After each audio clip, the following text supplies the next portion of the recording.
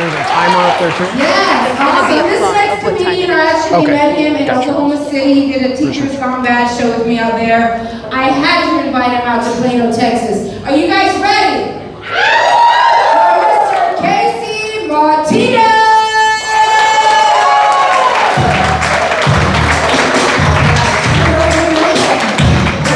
I don't dance.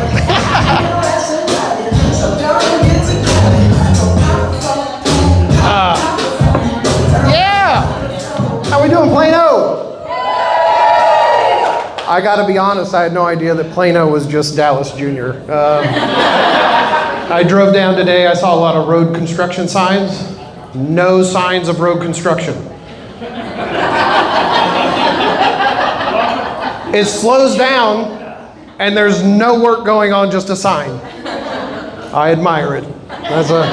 We just tear the roads up and we're like, go ahead, right? Also, I had no idea that when you get on the Dallas freeway, you don't even need to look at the miles per hour, just go. That's what everybody else is doing. There's no sense in trying to be like, I think I was speeding. No, I mean, you are impeding traffic. Going 70, I had people passing me, it was crazy. I am from Tulsa. I was in the Navy for 21 years. Yeah, thank you. No need to applaud. I'm a minimum ASVAB employee of the government. 21 years old, I got to retire, right? They were changing a lot of regulations when I was getting out. A lot of new hairstyles I was excited about. Girls could have nails. Nothing for what my daughter calls me a cis white male. Which is weird because I got called a sissy growing up, so that seems offensive. I don't know. But I was like, I can't even grow a beard, right? This isn't fair, right? I should be able to grow a beard. I would take leave for 30 days. I would start to grow a beard. I'm Italian. It grows real fast. And my wife would be like, I love your beard. I'm like, great. I'm going to retire and grow a beard, right? All right, where's my bearded guys at? I see a couple facial hairs here. Got some beards? Anybody?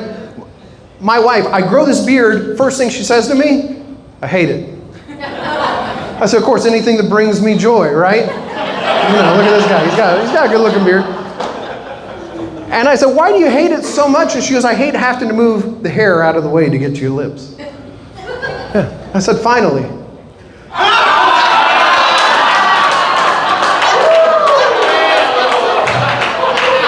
Something we can both agree on.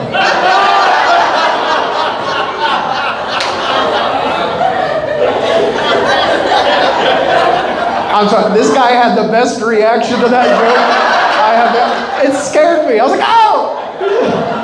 He knows. It's a struggle. Oh, was that a run off the stage? Golly. Yeah, I love my wife. She was with me throughout my whole career. We met in high school. She's one of the smartest people I ever met.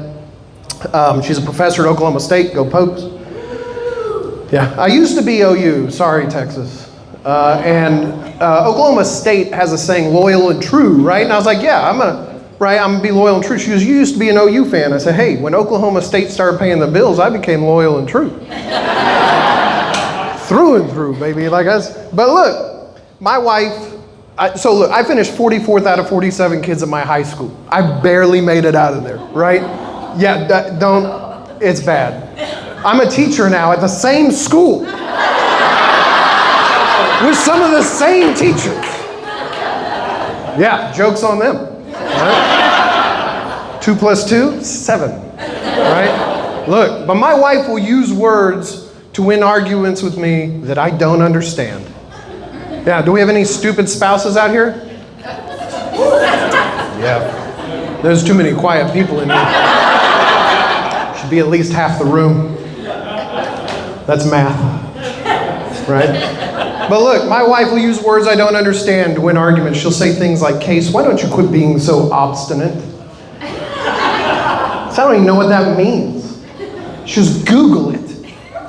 So I'm way too stubborn to do that.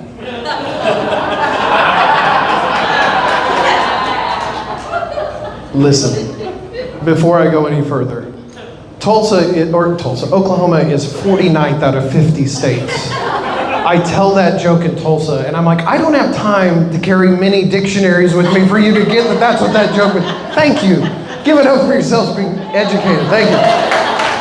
Yeah, so she tells me, quit being obstinate. I say, I don't even know what that means. But what I do know is I have stupid friends. Yeah, and I'll use those words to win arguments with them. I was on the phone with my buddy the other day, and I said, Joe, why don't you quit being so obstinate? He said, I don't want to be, but my wife won't have sex with me. Joe, I'm pretty sure that's abstinent. And he said, whatever it is, it's killing me, right?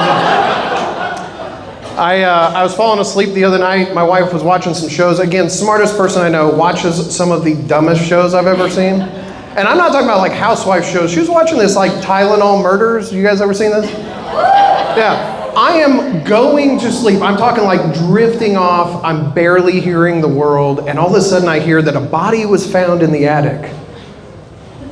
And the coroner could not determine the cause of death because it had been up there too long. And the top half was in one bag and the bottom half was in the other. And I laughed to myself, woke up and wrote it down. And I'm glad I did, because I'm going to tell you this. I am not a smart man. And I am not a doctor. I am not a coroner. But I bet it has something to do with that top half being in one bag and the bottom half being in the other. I'm not sure, but I think I solved it. I did a 23andMe. Anybody ever done that before they went bankrupt? Anybody find anything out about themselves they didn't know? What'd you find out? I heard it, yeah. What'd you find out? That I'm like 2% Neanderthal. You're 2%? I Neanderthal, yes! Yes, a fellow Neanderthal. I told my mom, I said, look, I always thought that my Robin Williams arms and Eugene Levy eyebrows were from being Italian. She's like, no, it's because you're a caveman. Yeah, yeah. But look, I used to be Italian, right? I used to be, yeah. We got pictures of my grandfather coming off the boat from Italy, right? And it comes back, I'm Peruvian. Yeah. I called my sister, I said, what do we do? She goes, look it up. I said, I'm way too obstinate for that. Right? So I did one on my daughter. My wife is Irish. I was Italian. Right? Did one on my daughter. It came back 50% Irish and 50% Amazon delivery man. They deliver on Sundays. I was joking. I don't know if anybody's ever been to the Oklahoma side of your border, but we have a town called Tishmingo, and I did a show there. And sorry if you're from there. Anybody from Tishmingo? Blake Shelton, Gwen Stefani, and no one else, right? But look, I made a joke because they had homemade MAGA signs in their yard. And I said, listen, with our literacy rate, I'm just glad you spelled it right. It's not a given, right? In the Oklahoma State song that these kids sing in school every day, you spell out the name of the state. We are last in literacy rate. I watch these kids every day go, Oklahoma. That's why they say you're doing fine, Oklahoma, is it? You're fine. Right? Mississippi knows. How do you spell Mississippi?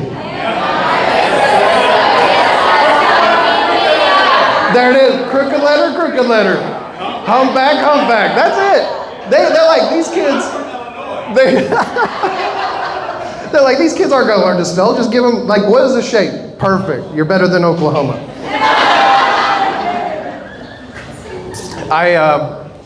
So before I was retiring, I was talking to my daughter. She had moved home to Oklahoma.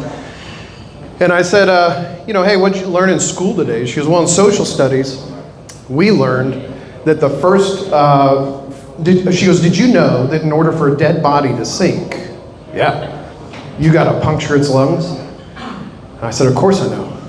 I used to be Italian. Who told you? And she said, it was in our history book. She was the first form of biological warfare. They would let a diseased body swell, and they would throw it over the wall, and it would explode, and it would spread disease. Now look, Oklahoma, we banned books. We banned To Kill a Mockingbird. That's true, right? And I said, listen, I'm so much more comfortable with you learning how to be a good person from To Kill a Mockingbird than a sociopath from your history books. We've got bigger issues, right?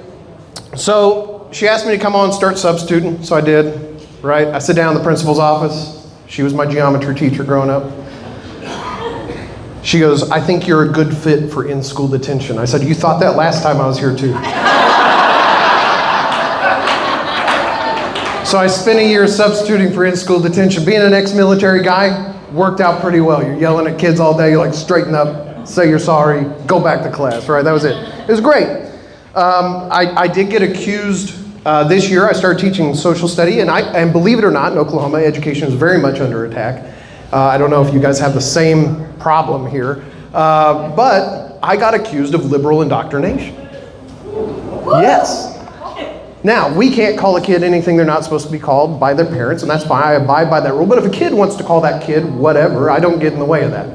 And I use phrases like yes, sir, yes, ma'am, you, them, they, whatever. It doesn't bother me. And they said, you're teaching them pronouns. I said, our literacy rate is at the bottom. If I could teach them their own conjugated verb, I would do it. Right? What's a conjugated verb, sir? See, nobody knows. It's okay. Nobody knows. English teachers have to look it up every year. They're like, what is a conjugated verb? Okay. I hope you know. I did that one time, and a guy's like, I do know. I'm like, it's okay, it's just part of the show.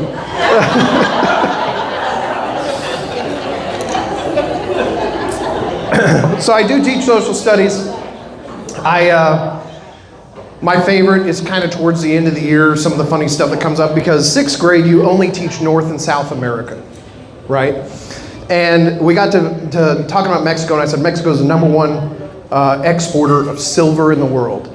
And a kid raised their hand, they said, Mr. Martino, are we the #1 in something? And I thought, okay, what's something funny to say? And out of the mouth of the kid in front, he goes, yeah, we're the world's largest producer of idiots. I'm like, and Oklahoma's our most productive factory, right? I don't know. I trimmed my beard one day, a little too short. Anybody who's ever had a beard knows every now and then you get a little too short, it comes way down. This kid walks in, he goes, Mr. Martino, is your chin tired? I said, why would my chin be tired? He said, because your beard was clearly doing some heavy lifting. I was like, I got bullied the last time I was here, I don't need it now, right? Like this. At the very end, you're talking about, again, South America, right? I'm explaining to these kids, I'm like, okay, you know, here's Uruguay, here's Paraguay, and a kid raised his hand. He goes, Mr. Martino. I said, yeah, what's up, bud? He goes, Uruguay. I said, yeah, Uruguay. I don't know. He goes, no, Uruguay. I was like, oh, okay, I get it. So then his buddy raised a hand and did the same thing, Mr. Martino, Uruguay. I said, are the two of you Paraguay? Like, what's... Right? And I normally don't allow that in my class. I try to keep a pretty serious class, but I was like, okay, this one's getting away. You can't teach like Uranus, right? To this day. There's a Uranus, Missouri with a fudge factory. That's, if you ever go, yeah. You want to hear some jokes that you never want, you're like, okay, that's enough, right? Like, so then I'm like, okay, I gotta get my class back under order, right? So I was like, okay, look, yeah, we got it. Right here, let's start talking about landforms. You have Lake Pupo. And they go, where's that? I said, right below Lake Titicaca.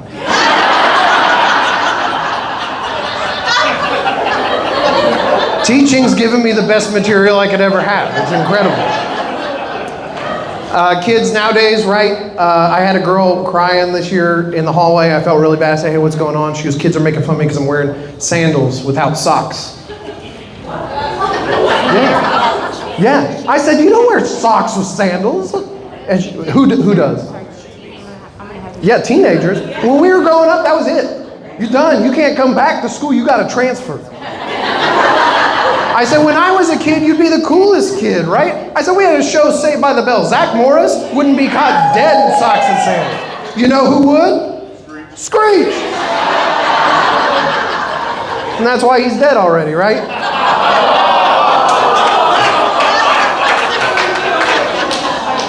But look, then they wear the What Would Jesus Do bracelets, right? We used to do that. Good on them, right? What would Jesus do? Right? Cool. I say, you know what Jesus would do? They go, what? I said, not wear socks with sandals. He lives in the desert. He's not wearing socks with sandals. Probably protect his feet, though. We got a message this year about, so I live in a small town. Our grocery store is Walmart. We don't have a regular grocery store. And we got this email saying, hey, if you're a teacher, you cannot buy alcohol at Walmart because we don't want kids to see you buying alcohol. My response email was, listen, in the pharmacy section, and I don't know if you know this is also a PSA for you, they sell adult toys. It's true, go to Walmart. In the medicine aisles, if you're looking around like Ace bandages, they also have dildos. So I said, I could fill my cart up with dildos. And that's fine, but here's everything I need to please my wife. Sorry, kids. But you can't see that I need to drink because of the shame of it. It's ridiculous. I'll leave you guys with this one. I tell a lot of stories about my daughter. I love her to death. We got one kid. She's going in to be a sophomore this year. A couple years ago, the year I came on full time, in Oklahoma, there's requirements to be a teacher, just like everywhere, right? In Oklahoma, though, it's a little more simple. It's like, are you vertical? Do you have a pulse? And then, of course, they ask you the question that I'm sure they ask everybody, but they're like, do you touch little kids inappropriately? Yeah, no, thank you. That's not why I'm taking the job, right? But they go, good, you passed. We would like to send you to training. I said, great, for what? And they said, well, we need to teach you how to touch little kids. They want me to break up fights. Yeah, don't worry. I got you, brother. Don't worry. But look, they're like, there's an appropriate way to do it, right? So we're going to send you to training for it. I said, man, you send a real mixed messages, Oklahoma. So I go to this training, and I thought, well, how often do middle schoolers fight?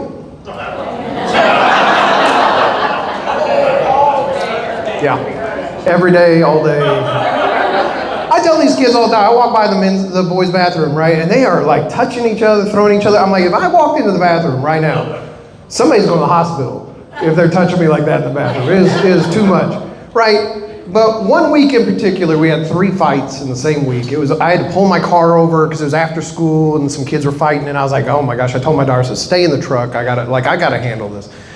And I mean, some of these middle schoolers, I mean, in Oklahoma, I mean, some of them are like 22 years old, right? I mean, they got part-time jobs, right? So I get in the car with my daughter, and I just said, hey, thanks for not being a fighter, right? High five. And she goes, yeah, but I would. I said, what? She goes, if somebody hit me, I'd fight them. I said, no, you wouldn't, right? You'd go cry in a corner and, right, wait on an adult. She goes, no, if somebody hit me, I would go down on them.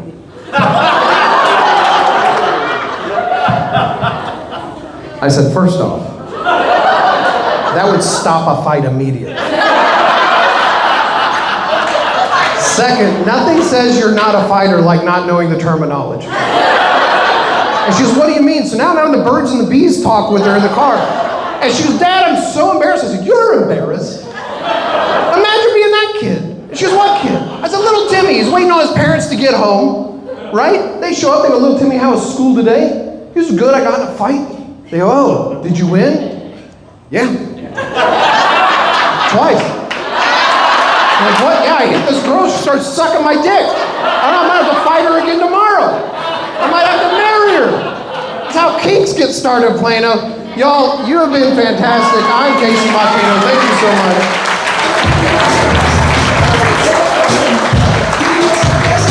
Oh, you're eating, fucker.